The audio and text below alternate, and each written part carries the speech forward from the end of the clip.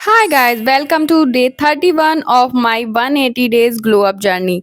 कल मैंने अपनी करंट फिटनेस असेस की थी और ऑनेस्टली मुझे समझ आ गया था कि मुझे कितनी मेहनत करनी है। आज से एक्चुअल वर्कआउट शुरू हो रहे हैं और पहला वर्कआउट है अपर बॉडी। मेरा गोल मसल्स दिखाना नहीं है, मेरा गोल है स्ट्रांग बनना, पोस्चर इंप्रूव करना और डेली लाइफ में एनर्जेटिक फील करना। वर्कआउट से पहले वार्म अप बहुत इंपॉर्टेंट होता है, इससे बॉडी प्रिपेयर होती है और इंजरी का रिस्क भी कम होता है। आज मैंने neck rotation, shoulder rotation, arm circle और ब्रिस्ट मोबिलिटी से स्टार्ट किया है।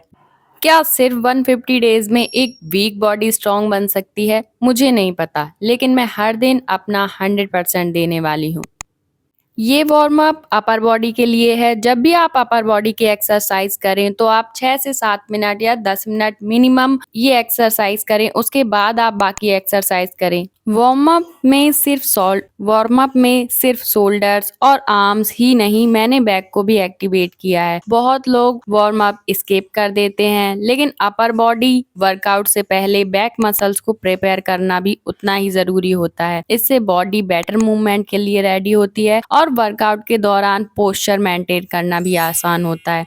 चलिए, वार्म अप कंप्लीट हो गया है, अब शुरू करते हैं आज का upper body proper main workout. मैं वर्कआउट की शुरुआत वॉल पुशअप से कर रही हूँ। ये बिगिनर्स के लिए एक बहुत अच्छी एक्सरसाइज है। इससे चेस्ट, शोल्डर्स और ट्राइसेप्स एक्टिवेट होते हैं और बॉडी पुशअप मूवमेंट को धीरे धीरे सीखती है। मैं अभी क्वांटिटी से ज्यादा अपनी फॉर्म पर फोकस कर रही हूँ। फिर मैंने किया इंक्लाइन पुशअप्स। ये बॉल पुशअप से थोड़े चैलेंजिंग होते हैं। इस एक्सरसाइज में चेस्ट, शोल्डर्स और आर्म्स के साथ साथ कोर भी काम करता है। हर रेपिटेशन के साथ थोड़ा बर्न फील होता है, लेकिन यही तो प्रोग्रेस की शुरुआत है।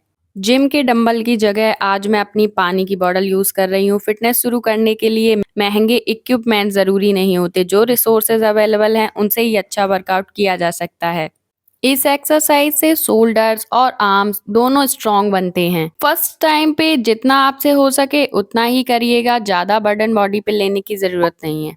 अब मैं कर रही हूँ प्लैंक शोल्डर क्लैप। ये एक्सरसाइज देखने में सिंपल लगती है, लेकिन होल्ड करना इतना आसान नहीं होता। इसमें सिर्फ कोर ही नहीं, शोल्डर, बैक और पूरी बॉडी को स्टेबिलिटी मेंटेन करनी पड़ती है।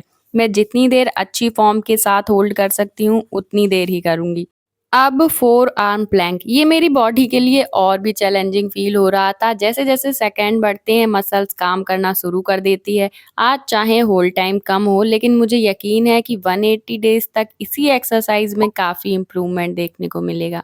वर्कआउट की लास्ट एक्सरसाइज है सुपरमैन होल्ड। ये लोअर बैक, ग्लूट्स और अपर बैक को स्ट्रेंथ देता है।